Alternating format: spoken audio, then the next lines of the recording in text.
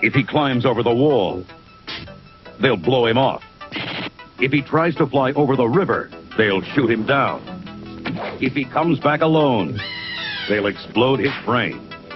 New York, 1997. One man has 24 hours to break in and break out before it's too late for escape. Because people have got to know whether or not their president's a crook. Well, I'm not a crook. I think there's got basically two kinds of films. One is a utopian, where you have some bright, happy future that we all want to have, and the other is the dark one. Escape from New York is extremely dark. It's about a police state, and it's about the world's biggest, most vicious prison. You say John Carpenter and you think of The Thing, maybe The Fog, definitely Halloween, and a whole host of other films that are mainly going to be horror films. When John Carpenter was sort of at the start of his career and envisioning the kind of films he wanted to make, he basically never got to make any of them because he wanted to be a Western director. He was a huge fan of John Ford, a huge fan of Sergio Leone, and everything in the Western genre in between those two. By the time he was actually at the point in his career where he could start making films, Westerns were done. Escape from New York was an action science fiction picture. But basically, if I had to be really honest with you, it's a Western. It's a Western in every essence because it's an odyssey. It's a lone gunfighter who has to go up against both the figures of authority and the criminals.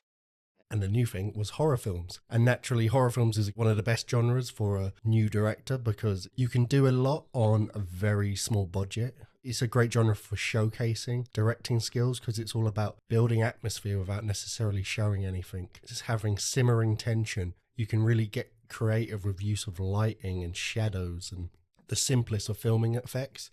And he'd actually written the script for Escape from New York before Halloween. It was one of his very first scripts. And even though it's not a Western, you can see so much of the Western genre influence within it. He even cast Lee Van Cleef as one of the main parts. Like, that wasn't a coincidence. Even with Assault on Precinct 13, you know, if you put some cowboy hats on some of the gang members and policemen and outlaws and prisoners, that could easily be a scene out of the Wild Bunch. The influence is still there, which is why it's a shame that he never really got to make a proper Western. But in this film, there's so much of the genre in there. But it's a mismatch of genres. It's sci-fi, it's action, it's to an extent a Western.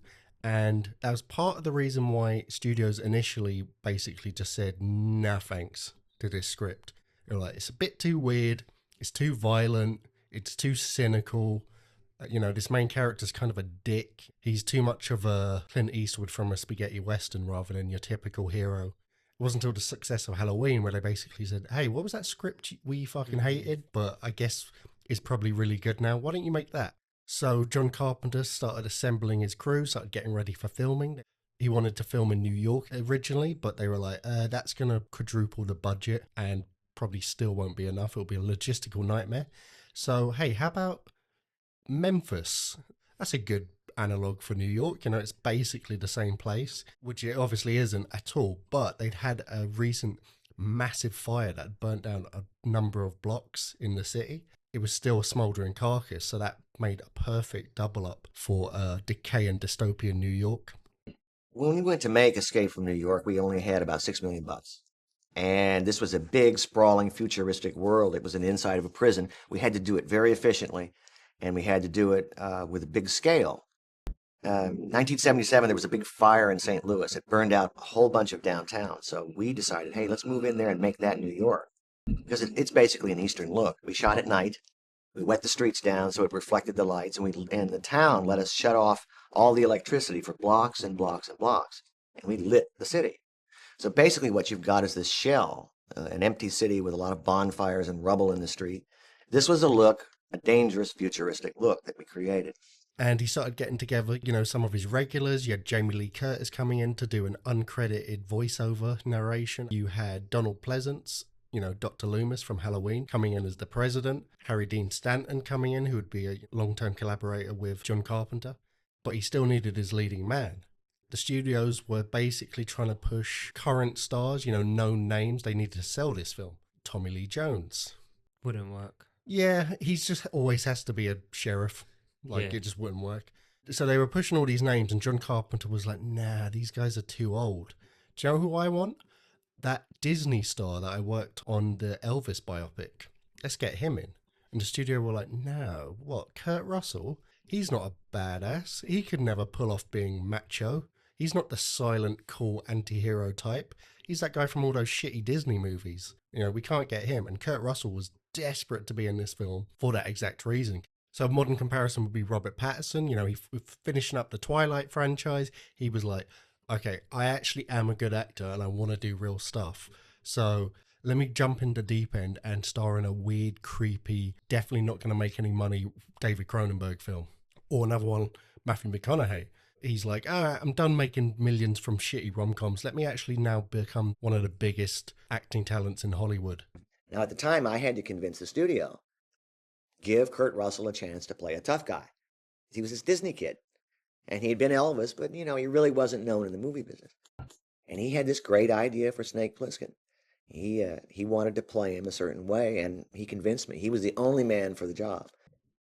I don't think he really cares to appeal to women. I don't think he cares to make friends with men. I don't think Snake really cares much about anything except staying alive and performing whatever it is he has to perform at the time. So he was desperate to change his career, and he was fighting the studio, joined forces with John Carpenter, who also wanted him, and finally they begrudgingly agreed to cast him as Snake Plissken, and that started off probably John Carpenter's most important creative collaborator for the rest of his career, and the career of fucking Kurt Russell as an action star, as a badass. You brought up Assault on Precinct 13 there. I forgot he'd done that, and I was thinking, should I have selected that? And I knew about Snake because I played Metal Gear Solid. I think it's Metal Gear Solid 2 where you like land on a ship. And then you got the weird nerd guy on the phone who's called I think he's called Oculus. So whenever you die, he like rings you up and goes, Snake? Snake! I thought you were dead. Yeah, and then obviously I remember sneaking around in the lockers and there was like posters of like nudie women. I love that game anyway. So I was kind of like, who is Solid Snake? Hideo Kojima. I'm sorry if I've butchered his name. I think you nailed it. Creator of Death Stranding 2 and Death Stranding. He was a huge fan of John Carpenter, and he inspired a lot of his work. I'm not the biggest fan of stealth mechanics in games, but I love the fact that in case you didn't know that it was supposed to be based on Snake Plissken, they literally give him an eye patch later on in the series. When I was writing the script, I had to come up with a name for my main character. And I had a friend who knew a guy in Cleveland named Snake Plissken. He had a snake tattooed on him, and he could make that snake move. And he was a kind of high school tough guy. He had some ridiculous qualities to him. And it seemed like that's my hero. With anybody with a snake tattooed on him someplace who goes around trying to solve some problem, and everybody says to him, I thought you were dead. That's my kind of hero. There's loads of in-game nods by Kojima. In Metal Gear Solid 2, Snake uses the alias Ericius Plissken. If you hadn't seen the films, you'd be like, what the fuck? But you can tell how much of a fan he was, and like he's become like a legend in his own right. So the pop culture power that John Carpenter has can be seen everywhere, which I find really amazing. Yeah, and it's true because this film is so influential, and it's almost kind of like a subgenre place card if you're trying to describe a film. So like Neil Marshall, when he made Doomsday, you know, when he was pitching that to the studio, he was like, it's going to be Escape from New York, but in the UK after a virus outbreak, and it's 20 years later, and it's this, that, and the other. You know, it's just such an easy pitch, and it's been emulated so many times. You know, not just the fact that it's like this dystopian world, but also the fact that you create a easy, fast objective. You know, you got to get in and out, capture something, or the codes to something, or in this case, the president, and escape in time. And it's just fucking fantastic. Like right from the get-go, as we get the opening scene where the Donald Pleasant's playing the president. He's on his way to a peace summit. It's very important. They're flying sort of near and over New York. The whole thing has been walled off, and the entire city is now a giant super prison where there's no, 21 years life and you get to go before the parole board and get out. Once you're in, you are fucking in, and you just got to live there. The president's headed to this peace summit. He's got this important tape which has the details of nuclear fusion, which is going to be this potentially transformative new energy source that could change the world and stop the oil wars and lead to peace. But the airplane is attacked by terrorists and hijacked. They end up suicide bombing, crashing the plane into Manhattan, which is, you can't not think of the real life events that would happen in 2001. Now, it's funny because whenever you see a film with the Manhattan skyline pre-September the 11th and see the World Trade Center, the two big towers standing there, it's always an eerie feeling for me. Like, there's something about, because I was so young, that's so ingrained into my mind. It's such a visual cue that you can't escape. So it always creates a bit of an unsettling thing with me, especially because this film's set in the future. But it's kind of funny where it's set in the future, but it's set in the future of 1997. So even technically in our timeline, the towers should still be standing. Yeah. But anyway, so they crashed the plane. The president managed to escape in his cool little escape pod at the last second and lands in New York safely.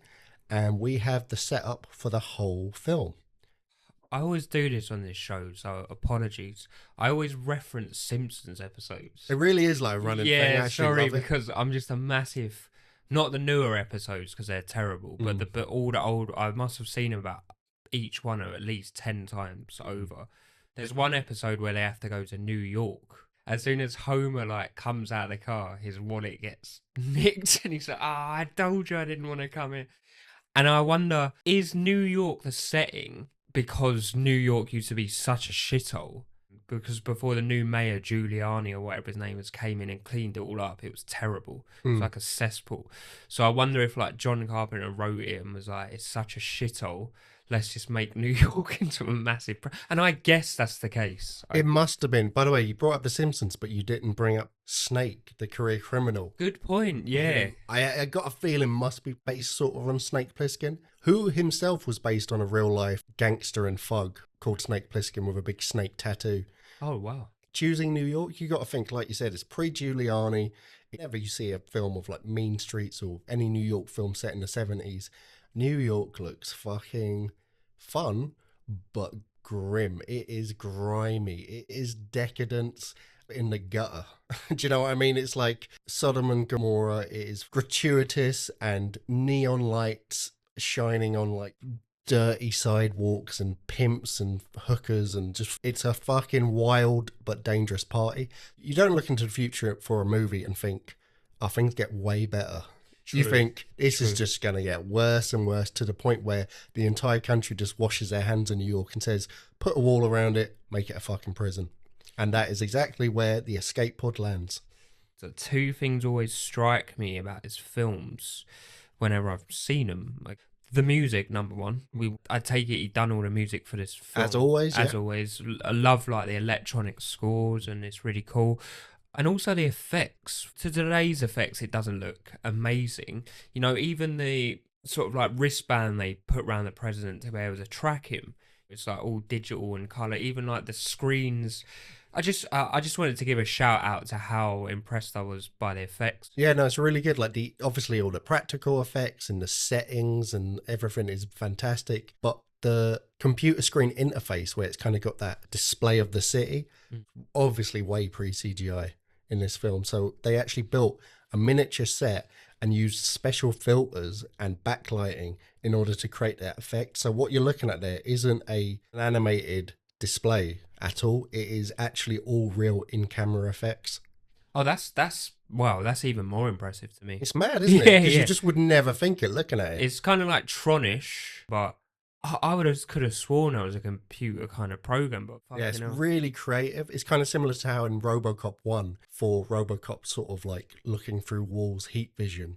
Again, it was an in-camera effect that they achieved in a certain way, using certain types of cameras and certain types of filters and other tricks to fake it. But nowadays, as much as we say we prefer practical effects, if you're doing something like that, you'd be stupid if you weren't using CGI. But the fact that they were able to find clever ways around it is just so impressive. So the president, he's landed safely in his escape pod, but the escape pod is only meant to escape from the plane, not meant to escape from New York. So he is stranded there, and he is quickly discovered and found by the desperate criminal elements and prisoners stuck in this prison city. All right, you've got your setup. Now we need our hero, or in this case, our anti-hero. and in walks fucking Kurt Russell. You know, he's donning his eye patch, he's got his leather vest, he's got his luscious, beautiful hair, knocking down by his shoulders like he's doing a L'Oreal commercial, and he just looks fucking great. And it's funny because this guy was a Disney star. This was essentially, it was like Hannah Montana's now a badass that you got to root for. It's going to steal your chick and beat up the bad guy. You need a great introduction scene, and you'd nearly think, should it be an actual action scene? And in the original script, you saw the sequence of events that led to Snake actually becoming a prisoner. He was doing a big bank robbery. It goes wrong and he ends up getting caught. And they cut it because I think it was just kind of, it didn't flow well. They couldn't find where to place it. And apparently it was confusing to audiences. So to be honest, I think that works better because the actual intro scene we get is him up against the great Lee Van Cleef. Absolute fucking gangster. Angel Eyes from Sergio Leone's westerns. This guy was basically deep into a long-spanning career, being one of the best at the thing Kurt Russell's now trying to relaunch himself as. True. So having your intro scene of trying to transform the audience perception of this actor and putting up his charisma up against Lee Van Cleef's is a fucking risk, because it could almost just basically make the whole thing fall flat. You have a real badass that everyone knows is a badass up against this guy that you're trying to convince is a badass. That could have gone horribly wrong. Yeah, I was thinking Lee Van Cleef with a hoop earring. Yeah. I'm sold, man. Yeah, fuck Do you know yeah. what I mean? I was thinking, when it's Lee Van Cleef, like, obviously Kurt Russell was fantastic. But imagine if Snake was played by an older, grizzled Clint Eastwood. Then we would have had him opposite Lee Van Cleef again. I would have jizzed my pants, I think. You know what? That actually would have been a better film, as much as I love Kurt Russell. But you'd have to potentially trade off Kurt Russell's entire career as we know it after that. So I would never do it. But that is a fucking cool vision. So Lee Van Cleef gives Snake Kurt Russell a proposal.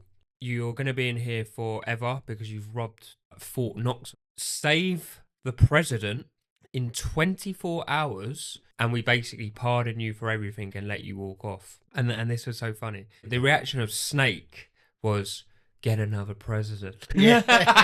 Well, at first he's like, president of what? Yeah. Get a new president. Don't be stupid. Like, it's just such a great intro because you're immediately like, this guy does not give a fuck. He's a badass, but he does not care, man. I've seen the whole film. I didn't really see like any TV sets or anything, like anyone watching the news or anything like that. Mm-hmm. Would the people incarcerated within the New York prison complex know who the president is? I think it's a valid question because if they've been in there for years upon years upon years, they might not know he is the president if they don't have access to TVs or the news. I assume it'd be all over the news network that Air Force One has crashed. The president is missing. Yeah, because, I mean, if you play it through, like, clearly they've shut off the energy grids to New York. I imagine they're not pumping in TV signals, but, you know, you have TV networks nearby or radio stations displaying the radio waves nearby. Like, I'd imagine they'd be picking up some of them. But it's also that thing where it's in the future, so some of the tech looks futuristic, like, you know, the visual compute display we talked about earlier, but then they still use tapes and stuff. Is one of them things where some of it's just conventional technology, so it's hard to tell. Now, they do have power in places in the city because they've managed to put together generators and stuff, but I would imagine it's probably the way, you know, like a homeless person back in the day is going to be completely outside of the news cycle and stuff people are talking about because they don't really have TV, they don't have access to a phone, they're not getting information. Also, they're just trying to survive, so they don't really give a fuck anyway. It's not on their priorities who the fucking person in the halls of power is. But I would imagine even if they didn't know he's the president, they find him in this fancy escape pod. He's got a nice big suit. He's probably got like some little presidential cufflinks on or something. Even if he doesn't, you're going to be like, this guy's clearly important. And I'd imagine they roughed him up a bit and he probably spilled the beans of who he was pretty quickly. He's got a suitcase attached to himself with a handcuff.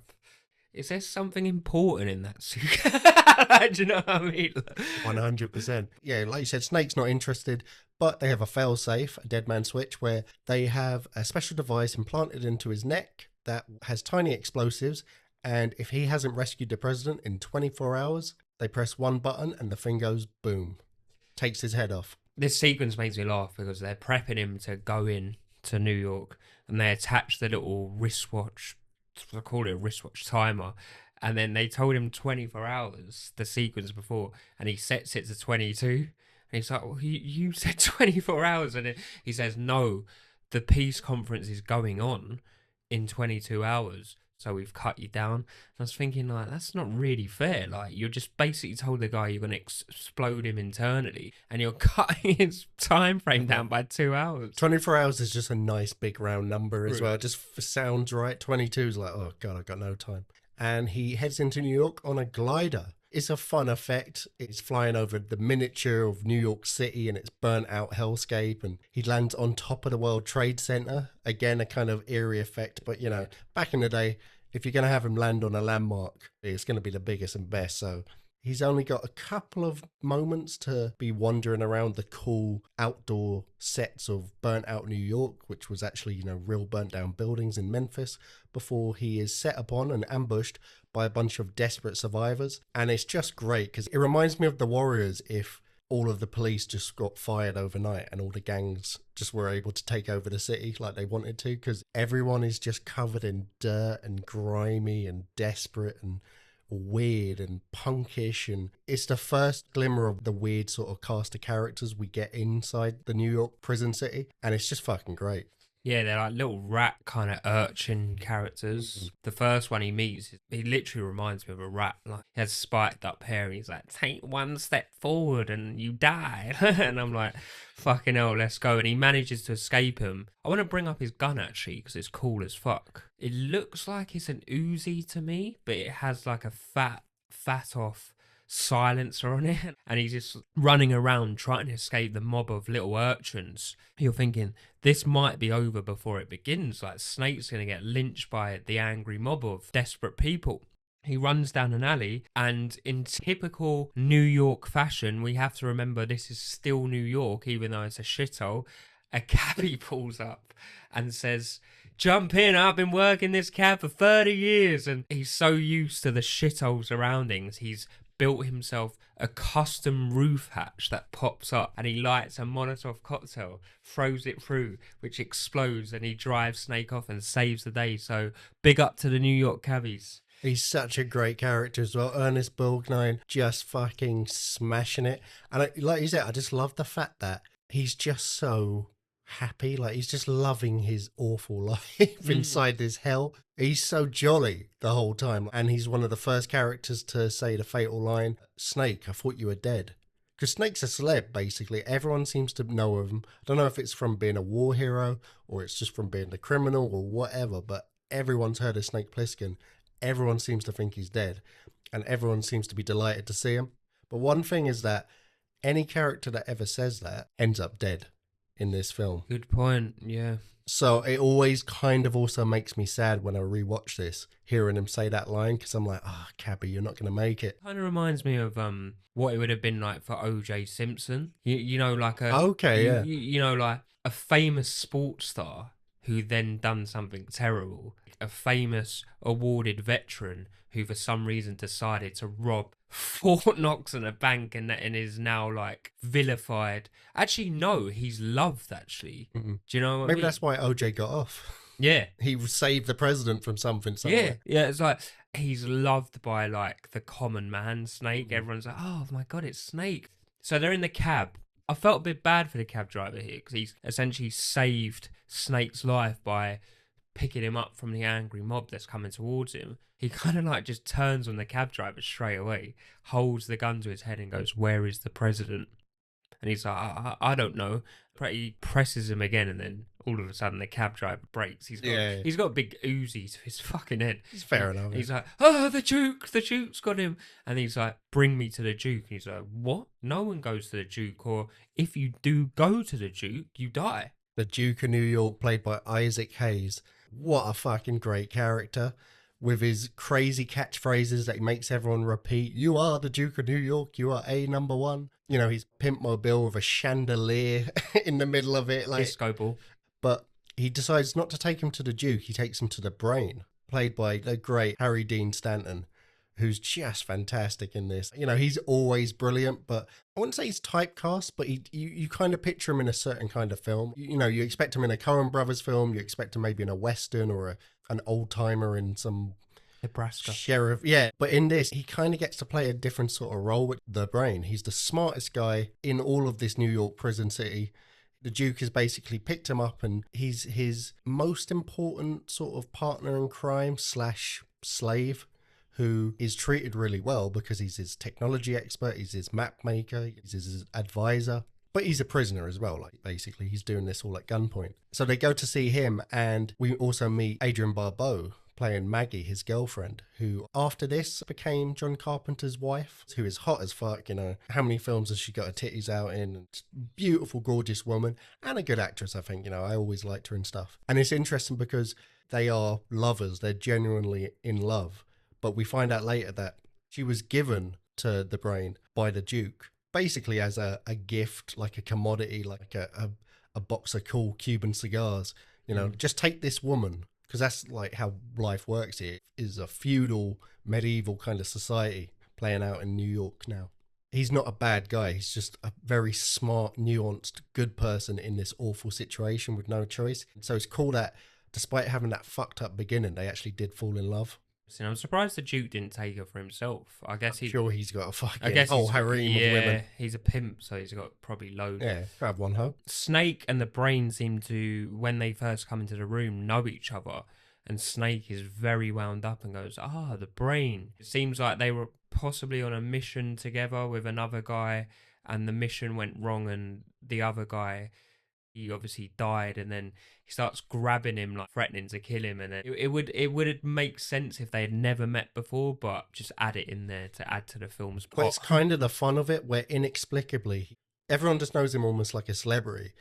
Where it's just like, how is this guy fucking shaking so many hands and meeting so many people? Snake forces the Brain and his girlfriend Maggie to lead him to the Duke's hideout. She finds the president, but he gets shot in the leg with a crossbow bolt and is overpowered by the Duke's men. Right. And this is where he's forced into like almost a gladiator-style fight with that fucking giant dude in what is, I would say, probably the worst action scene, fight scene, whatever you want to call it, in all of John Carpenter's career. Like, this is a shit scene. It is just a shit scene in a wonderful film, but I just always kind of glaze over for this sequence in the film. One of the most difficult scenes to shoot was the match between Snake and this giant guy, okay? And they started fighting with clubs with nails in them and trash cans, and we used a professional wrestler, Ox Baker, who's a fantastic guy. He's about 7 feet tall, 400, 500 pounds. And the idea was they were supposed to beat the hell out of each other, except it's a movie. Well, Ox, not having done a movie, he laid into Kurt. He was bashing him. And Kurt said, you got to calm down, man. Take it easy. You look at the film, you'll see a couple of shots in there where Kurt is actually fighting for his life. He's putting that trash can lid up because Ox is laying into him. Yeah, I kind of get what you mean, but I kind of enjoyed it at the same time. It starts off with just baseball bats, and obviously just pushing him around. It's like wrestling to the death. They're in a wrestling ring surrounded by barbed wire. He's getting beaten up as you'd expect, but you're kind of thinking, Snake's going to win anyway, because it's a film. It's not going to get killed here. He's got to save the president. And then he's getting pushed back to the ropes. Then the weapons get upgraded to a baseball bat with nails sticking out of it. And I get what you're saying, it's a bang average scene, but I kind of like the way he kills the guy. Because he's smaller and more nimble, kind of like rolls underneath him, like the final scene in Last of the Mohican, bang into the like head, and then the whole arena goes quiet, and the Duke's like, that's my fucking Goliath, my main guy. And then the whole arena starts going, Snake. That was fucking that sick. Bit I do that love. was sick. Yeah. So while Snake's in the middle of his big Goliath fight that I hate, Brain and Maggie manage to kill Romero and escape with the president. Snake manages to escape after killing the Goliath, and he meets up with them, but the Duke's men push the glider off the roof, so they're forced out onto street level. So they decide, all right, let's go across the bridge. That's how we'll make our escape. Meanwhile, the Duke is obviously given chase, so he gets with all his men, he gets in his pimp mobile with the chandelier, and we get into the big final chase sequence.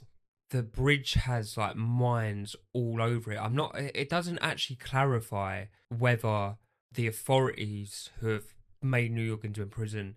I don't know why, number one, they just didn't blow the I bridge was going to up. say that, yeah. Yeah, Just blow well, the bridge up. just blow the bridge up. But they've decided maybe they see it as a form of entertainment. They can see from the top of the wall the convicts trying to run off to escape, and they're just exploding. I can see that. That would be quite fun.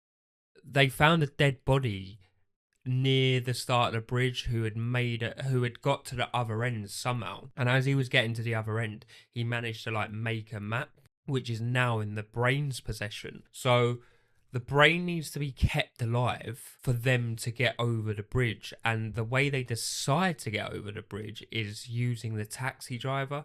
I'd never seen this film, so I didn't know about everyone that said, Snake, I thought you were dead, dying. So it's kind of like the taxi driver wants to get out. When they found out that Snake had glided in, he says, can I come with you as well? Like, so he's had enough. But I knew Declan that, I don't know, even though I hadn't seen it, I knew that he was just such a nice guy. And I just had a feeling that he was going to die. You know, Snake's driving like a madman in his taxi, and the brain's like shouting directions. Like if you've ever seen motocross, you remember that the one in the seat would have the map going left, left, left, left. Sharp right coming up. Yeah. And he'd be like flying around in the seat, yeah. And of course it happens, Declan. They hit a mine and it explodes. And it's kind of naff.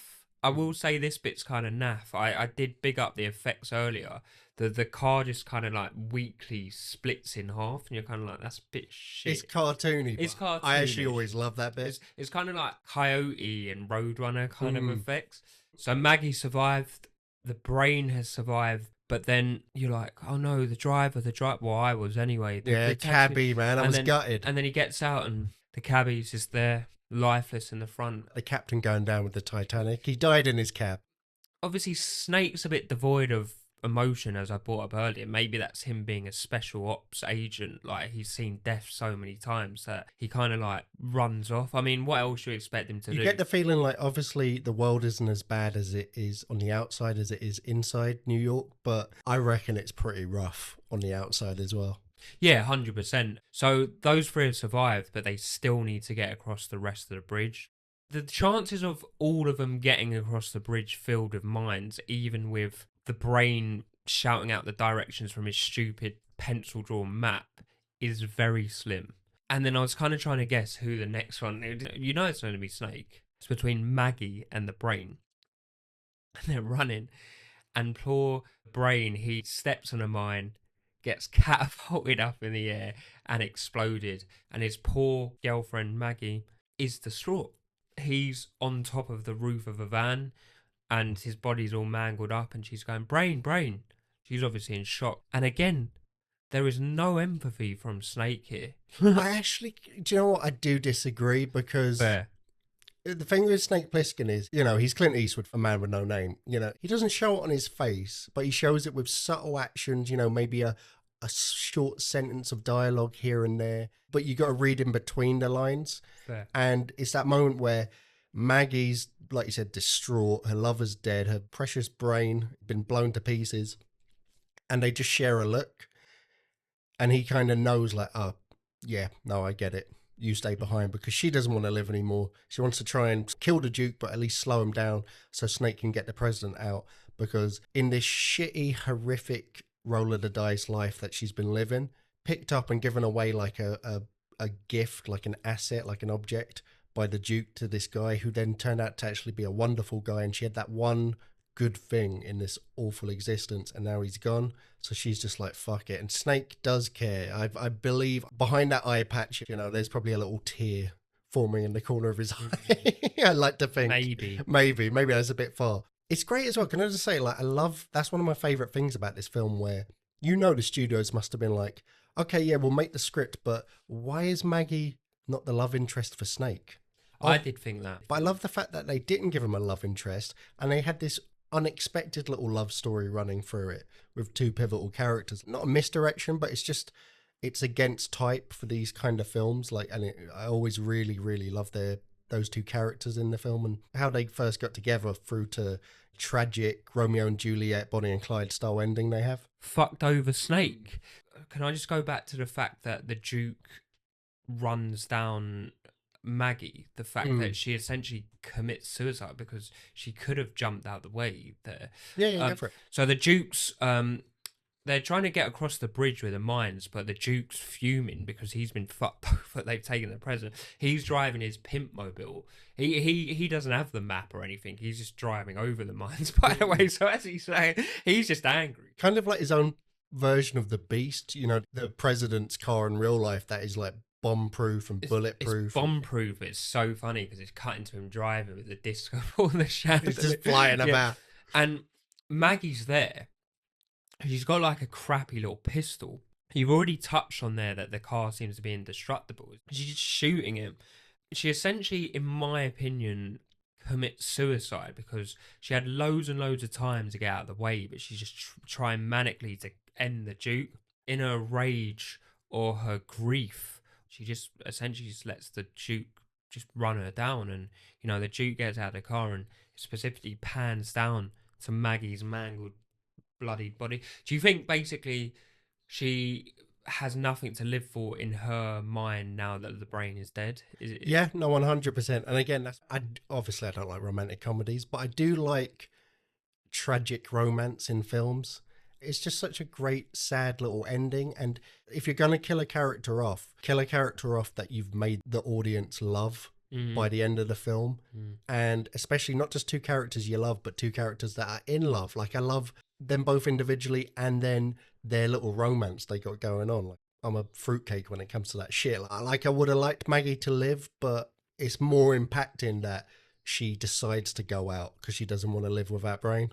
I really like Maggie's character because when I first saw her running around with her tits struggling about, I thought, oh, is it going to be like one of these kind of characters?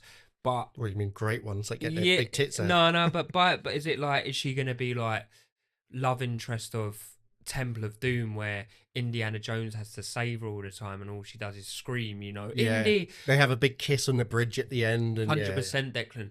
But it transpires. Maggie was more of a Ripley type character. She was strong-willed, she could look after herself, and I really loved that. You see all the guards ready to hoist them up. Isaac Hayes' character arrives at the scene and he's trying to stop them, but Snake manages to subdue him at the last second. And as the guards are hoisting them up, you see the president, Donald Pleasance, grabs an assault rifle and just starts shooting the fuck out of Isaac Hayes. You know, he's been this kind of cynical depiction of a politician the whole time. You know, he just wants to live, so he's saying and doing whatever he can to whoever he can, you know, to make it. But he's still been that kind of presidential snake oil salesman type. But he just loses it here. He's blasting Isaac Hayes, shouting his catchphrases back to him, going, "You are the Duke of New York, you are a number one," and just fucking him up. Do you know what? When I first saw this scene, it's quite cleverly done, the fact that it cuts to the president's hand pulling the lever of the winch, and I'm thinking, has he fucked over Snake? Anyway, the president has killed Duke, and it cuts back to him reactivating the winch, and you're like, yes, Snake and the president got out. The president is asking, before they get to the bridge, where is the tape? Where is the tape with the nuclear fusion stuff on it? And Snake has the tape and they play it in the car to make sure, and it's the nuclear fusion one, and Snake puts in his jacket pocket and the president's begging, give me the tape, and he goes, not now. So you're like, okay, he's got the tape, he's up on the winch. He's probably still being like, he might just still blow my head off. I'm not trusting this until they've got their shit out of my neck. It's a great scene where they're over the top of the wall and they have to rush the president because his address is in his words, 2.5 minutes. So they're shaving him, wiping the grime of New York off him, putting a new suit on him, and somehow in 2.5 minutes they've given him a shave and changed him into a suit. And I'm thinking, well, you have great staff, Mr. President. And he starts making the address.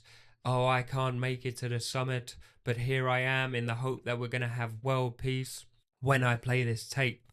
And he puts the tape in, and it's some fucking nonsense music like that. It's the cabbie's car playing. You know, the cabbie got a sad look from Snake, but that was pretty much as ceremonious as his death got for the film and the audience for what is probably going to be one of your favourite characters in the film.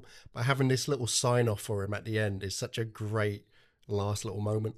And Snake walks off. The president's like all embarrassed, of course, because he's being filmed for this conference, and instead of nuclear fusion, it's 80s dance music or something. Yeah. And Might have worked. Maybe you everyone see- will start dancing around the world. yeah, you see Snake walking off, and what is the way to destroy an important tape? He's kind of like got the pencil and he's like winding all the wires out of it like you destroy a cassette tape.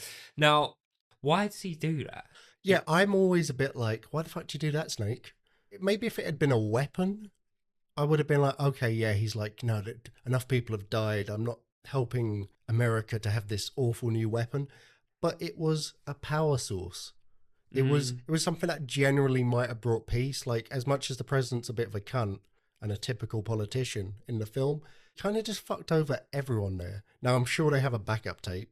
If they don't, Yeah, then- yeah. and which I is, get it was more, the tape was important because it can't get out, I guess, rather than, they'll never be able to figure it out again or have a copy somewhere.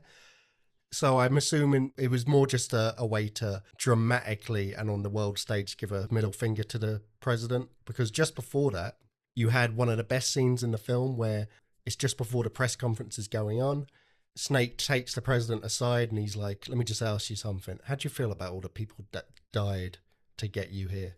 And I was, it's the president character is obviously kind of supposed to be a negative character, but I was up and down. Like, I quite enjoyed him the whole way liked through. him. I think it's because it's Donald Pleasance. Donald Yeah. Pleasance is just a very charismatic, watchable dude. He's fucking Dr. Loomis from Halloween franchise. But he just gives him the typical politician answer. And you can see Snake was kind of just disappointed.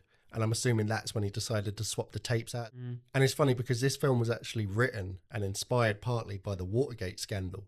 So that's a lot of what informed the film. The fact that it's not just this future vision of what life is going to be like in America, but also the fact that the people on top don't give a fuck. I think Escape resonates with the audience for a couple of reasons. I first wrote the screenplay in the mid-'70s during the time of Watergate, when Nixon was rounded out of office, basically, because he was involved in a burglary. The whole feeling in the nation was one of real cynicism about our president. I wrote the screenplay, and no studio wanted to make it. They all said, well, we've beaten up on the president enough. We can't have this kind of dark view. So it languished while American history went on, and I went on to other things. When the movie came out, we were all reacting to the hostage crisis in Iran. And I think that Snake Plissken is a guy who takes on this mission and actually gets it accomplished. They see people as disposable. They don't give a fuck about the little man. So it's a brilliant ending. Donald Pleasance's president in this, I liked him. He was trying to get to the peace conference with a tape to stop a war with China, I assume. It kind of reminds me of Michael Ironside from Scanners. He's the villain, and I'm supposed to hate this guy, but it's fucking Michael Ironside. Yeah. So I just like him. Yeah, you're like, fuck this wooden, terrible acting main character, man. I want Michael Ironside to take over the world. I totally agree with you. Donald Pleasance is the king. So he's walking off into the distance, and Lee Van Cleef is leaned up against a wall with his foot up against the wall, smoking a cigarette, all coolly. It's Lee Van Cleef. He could be doing knitting, and I'd be like, it's fucking Lee Van Cleef. He's cool as fuck. And he says to him, hang on, before you go, we could make a great team. I've got a proposal for you. And then obviously we know, Declan, there is a sequel, Escape from LA. Is it worth watching Escape from LA? It looks garbage to me, from what I understand. I'd say it's worth watching because it's a John Carpenter film. You should watch them all, even the bad ones, the few bad ones that he made. It is not very good. But I fucking still rewatch it maybe at least once a year because it's a sequel to this great film. It's another John Carpenter film with Kurt Russell, and it's on the list. It has to be done, but you got to go in with the caveats that this one's not very good. But yeah, you're so right. I wish they put in extra scenes of Lee Van Cleef just back at headquarters making a coffee, putting in his milk, stirring it, maybe trying to get a Dr. Pepper out of the vending machine and it's not working, so he has to do the Fonz hitting the jukebox type punch to get it out, and then he kicks it up to his hand and starts sipping it like a fucking soda commercial. I just want Lee Van Cleef scenes as much as you can, and it's a shame because of the character he plays within the plot. He can't be in it a lot, but you get him right at the start and you get him right at the end, and They're just fucking great scenes. I just love seeing Kurt Russell sharing the screen with him. Any film with Lee Van Cleef, I want more Lee Van Cleef within that film. Straight up. Number 2, because I played Metal Gear Solid, I'm a huge gamer. To see what Solid Snake was inspired by, I was just fanboying. It was kind of like, again, that famous meme of Leo DiCaprio. Yeah, leaning forward, pointing at the screen. Just iconic. The music, again, fantastic. The effects, fantastic. And the Duke reminds me of the guy at the start of The Warriors. Can you dig it? Yeah, that's it. Sorry. Can you dig it? Like, iconic character. This film just exudes cool. Harry Dean Stanton, like, what an actor. You know, Maggie, gorgeous. I could watch her just for her scene. I know John Carpenter's films are all cool. Like, even They Live, Rowdy Roddy Piper with the glasses and, you know, all his quotes. But this has to go into the catalogue of one of the coolest films I've ever seen. It's fucking iconic, mate. Like, I totally agree. And again, like going back to Westerns, you think of Sergio Leone's spaghetti Westerns, and I'm not looking forward to the action sequences. Like, even the shootouts, they're not long shootouts. It's just loads of build-up to a really quick shootout. Like, I don't care about the action sequences in those films. I care about just how fucking effortlessly cool it is. It's just cool. The way they film it's cool. The way they put it together cool. The little lines of dialogue they throw out is cool. The actors are fucking cool as shit. The characters are cool as shit. And in this film, it's an action film, but realistically, there's not like loads of big action set pieces. It's more about hilarious characters you meet along the way. Like, I don't think of this film and think of, oh, that cool fight scene with the Goliath, the crazy shootout chase scene at the end of the film. I think about the Brain and Maggie going out like Bonnie and Clyde. I think of Cabbie being so excited to meet Snake Plissken in my cab, and his music playing at the end even though he's died as a little sign off for his character. I think of Isaac Hayes as the Duke, this large-than-life, bombastic, funky black supervillain who's got all these catchphrases and slogans about himself, almost like he's doing his own presidential campaign. Just the crazy scenarios they all get into. Just a wonderful, wonderful, fun adventure made on a tiny budget that showed that John Carpenter, you know, he'd made a low-budget action film in Assault in Precinct 13. Then he made a super successful, incredibly, again, influential slasher film. Kind of started, not the first slasher film, but essentially launched all the copycats that would make up the slasher film genre that was so prominent in the 80s. And then he made this, one of the most iconic, influential action films of all time. Really cynical, bursting at the seams with bizarre, weird characters, and just some of the coolest, weirdest ideas that transcend above the action sequences. And fucking Kurt Russell. Kurt Russell, mate, starting his career, introducing himself on the world stage as a fucking badass, wiping away his Disney career. We wouldn't have had him in The Thing, Big Trouble in Little China. None of that would have happened. So what a fucking film. And that is an easy recommendation for Escape from New York. That Escape kind of attends to all of those things. It's kind of America, in a way, put into the future. And it's both our fears and what we would like to have happen. John Carpenter's Escape from New York. The greatest escape of them all is about to blow the future apart.